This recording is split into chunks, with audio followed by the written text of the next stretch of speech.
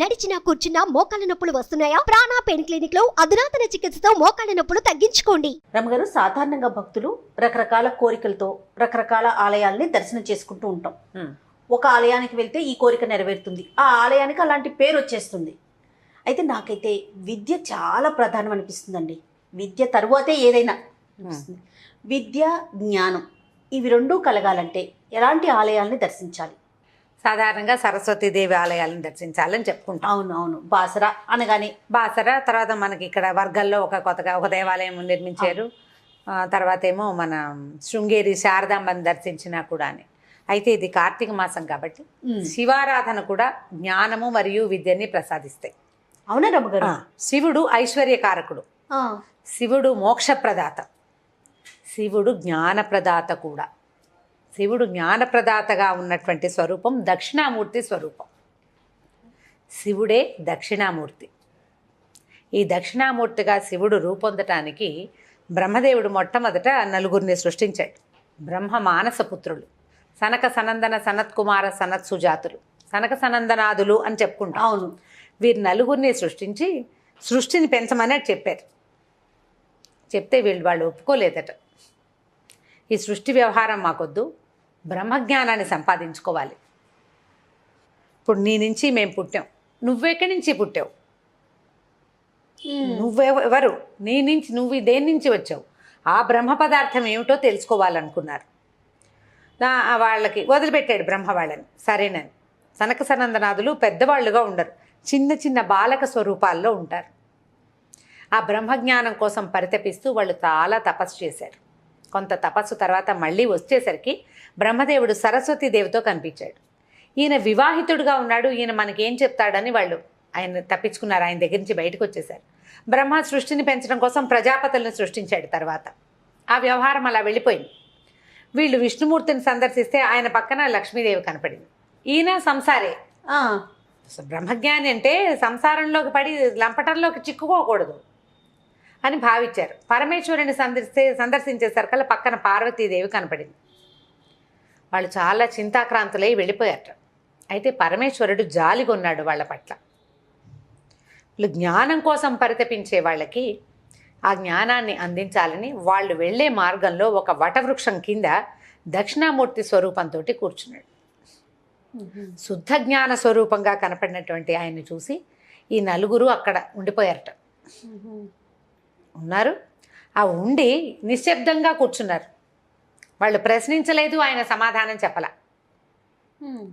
మౌనంగానే, మౌనం నిశ్శబ్దంతో వాళ్ళు అడిగేశారు, ఆయన చెప్పేశాడు. జ్ఞానం అట్లా వాళ్ళలోకి ట్రాన్స్ఫార్మ్ అయిపోయింది, వెళ్ళిపోయింది అనమాట. ట్రాన్స్ఫర్ మౌనంతో మౌన వ్యాఖ్య ప్రకటిత ముద్రే. ఆయన అట్లాగే ఉంటాడు, నిశ్శబ్దంగా ఉంటాడు ఆయన. ఆ మౌనంతో వీళ్ళకి బ్రహ్మజ్ఞానాన్ని ప్రసాదించాడు. ఆ శుద్ధ జ్ఞాన స్వరూపుడుగా కనపడేటువంటి దక్షిణామూర్తి స్వరూపాన్ని సప్తర్షులు కూడా ఆశ్రయించారు. ప్రపంచమంతా వెళ్ళిపోయింది, ఈ 7 ఋషులు మాత్రం ఆయన్ని వదలలేదట. అలాగే ఆయన పాదాల చెంతే ఉన్నారు. వాళ్ళు ఎంతకాలం ఉంటారో అని ఆయన అలాగే చూస్తూ ఉండేవాడు.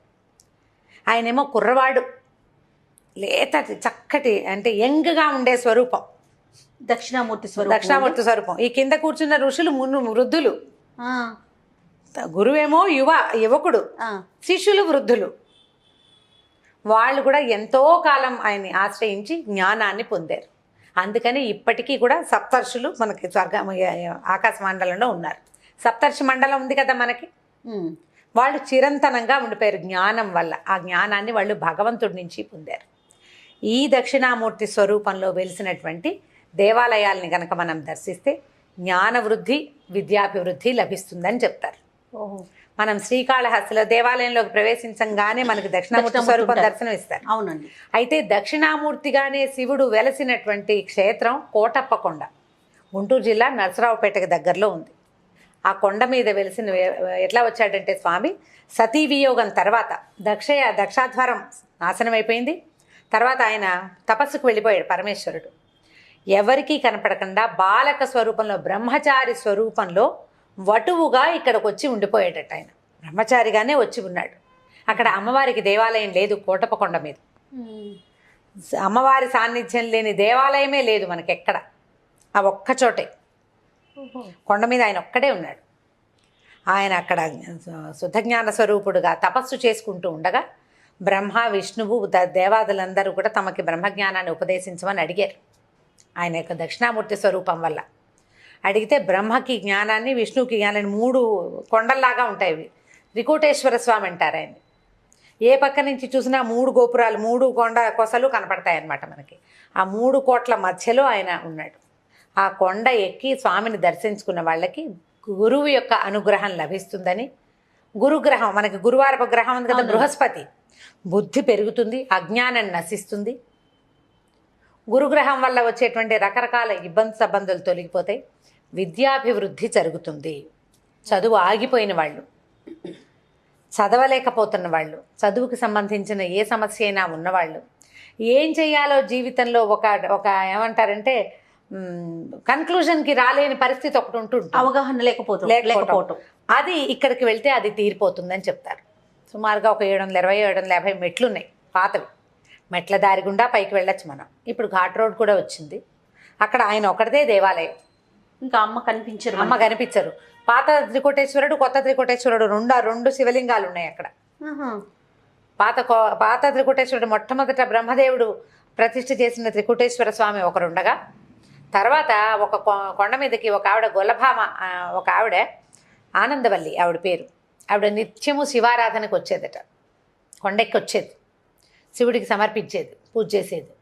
సమీప గ్రామానికి చెందిన ఆవిడనమాట. అయితే పరమేశ్వరుడు ఆమెను పరీక్షించడానికి కన్యకే గర్భం వచ్చేలాగా చేశారట. ప్రశ్న లేదు ఆమెకు, తనకు గర్భం ఎలా వచ్చిందో తెలియదు. కన్య ఆమె రోజు కొండెక్కి వచ్చేదిట. అయినా కూడా వచ్చేది. వస్తుంటే ఈ గర్భాలసం కడుపుతో ఉన్న వాళ్ళు కొండెక్కటం అంటే ఎంత కష్టం, అలిసిపోయేదట. ఒకనాడు పెరుగుకుండ పట్టుకొచ్చింది స్వామికి సమర్పించడానికి. వాళ్ళ శక్తి అదే, పాలు పెరుగు సమర్పిస్తారు. కాకులు కొట్టేసినాయట దాన్ని, కుండని. ఆవిడ దుఃఖిస్తూ కూర్చుంది, అలిసిపోయింది, ఎక్కలేకపోయింది. కాస్త ఎక్కాలి పైకి. అయ్యో ఇట్లా ఇదైపోయిందంటే ఒక వృద్ధ బ్రాహ్మణుడి రూపంలో అక్కడికి వచ్చేట ఆయన పరమేశ్వరుడు. ఏమిటికు దుఃఖిస్తున్నావు ఏమిటంటే, నీ విచారానికి కారణం ఈ కాకులే నా విచారానికి కారణము అంటే, ఇక నుంచి కాకులు ఈ కొండను ఎక్కమన్నట్ట. కోటప్ప కొండ మీద కాకి వాలదు. నీ విచారానికి కారణమైన కాకులు ఈ కొండ మీద వాలవు ఇంకా అని చెప్పాడు. అయితే ఆమె, నేను అలసిపోతున్నావు కదా కొండెక్కి రాబోక అంటే, అప్పుడు ఆవిడ పరమేశ్వరుడి దండం పెట్టి, ఆయన కిందకి నా కోసం వస్తే నేను ఎక్కను, నేను ఎక్కలేకపోతున్నా నిజం, ఆయన నా కోసం దిగి రావచ్చు కదా అనే సరికల పరమేశ్వర వాణి వినపడిందట. తిరిగి చూడకుండా వెనక్కి వెళ్ళిపో, నీ వెనకాల వస్తాడు శివుడని. ఆవిడ కొండ దిగుతూ ఉంటే వెనకాలట ఎట్లా అట్టహాసమైన శబ్దాలు వచ్చినాయట. పెద్ద పెద్ద మోతలు, పిడుగులు పడుతున్నట్టు, ఢమఢమఢమ, ఇవి ఢమరుకపు శబ్దాలు, తాండవం చేస్తున్నట్లుగా శబ్దాలు.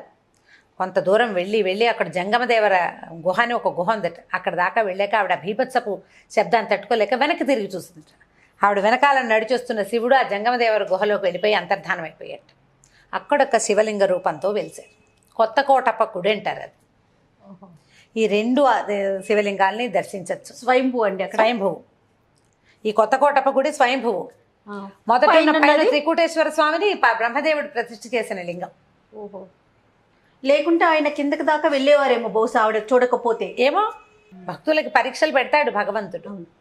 ఆనందవల్లిగా కూడా ఒక దేవాలయం ఉంది కింద ఆ మెట్ల మీద దారిలో. ప్రధానంగా అమ్మవారికి కళ్యాణాలు అవి లేవు, ధ్వజస్తంభం కూడా లేదు అక్కడ ఆ దేవాలయానికి. అంత విశేషమైనది. ప్రధానంగా శివుడు శుద్ధ జ్ఞాన స్వరూపుడైన దక్షిణామూర్తిగా వెలిసినటువంటి ఏకైక దేవాలయం కోటప్పకొండ. అక్కడికి గనక వెళ్తే విద్యకి సంబంధించిన అన్ని రకాల చిక్కులు తొలగిపోతాయి. పూర్వజన్మలలో చేసినటువంటి ఏదైనా విద్యాదానాలు అవి ఉంటే ఫలితానికి రానివి ఇక్కడికి వస్తే ఫలిస్తాయంటారు. ముందు జన్మలలో చేసుకున్న పుణ్యాలు ఆగిపోయి ఉంటాయి, మనం ఎంత చేసినా ఏమీ ప్రయోజనం లేనట్టుగా కనపడుతుంది. అది ఇక్కడికి వచ్చాక గురువు యొక్క అనుగ్రహం ఏర్పడి అది సిద్ధిస్తుందట. తప్పకుండా ఈ తెలుగునాట ఉన్న మహాద్భుత క్షేత్రాలు కొన్ని ఉన్నాయి. ఇప్పుడు మన పంచారామాలు వాటిలాగానే ఈ కోటప్పకొండ కూడా ప్రత్యేకంగా చూడవలసిన దేవాలయం. హైదరాబాద్ లాంటి చోటు నుంచి కూడా పొద్దునెళ్ళి సాయంత్రం తిరిగి వచ్చేయచ్చు. అవునండి, చక్కగా దర్శనం చేసుకుని రావచ్చు. చాలా విశేషమైన ఫలితాన్ని ఇస్తుంది. పిల్లల విద్యాభ్యాసానికి, మన యొక్క అజ్ఞానాన్ని తొలగించుకోవటానికి కూడా ఆ క్షేత్రం ఎంతో సహాయం చేస్తుంది మనకి. తప్పకుండా అండి. అవకాశం ఉంటే కార్తీక మాసంలోనే దర్శనం చేసుకుంటే ఇంకా కొంచెం ఇప్పుడు జనం హెచ్చుగానే ఉంటారు. అవును. మన అవకాశాన్ని బట్టి. నమస్తే. నమస్తే జయ.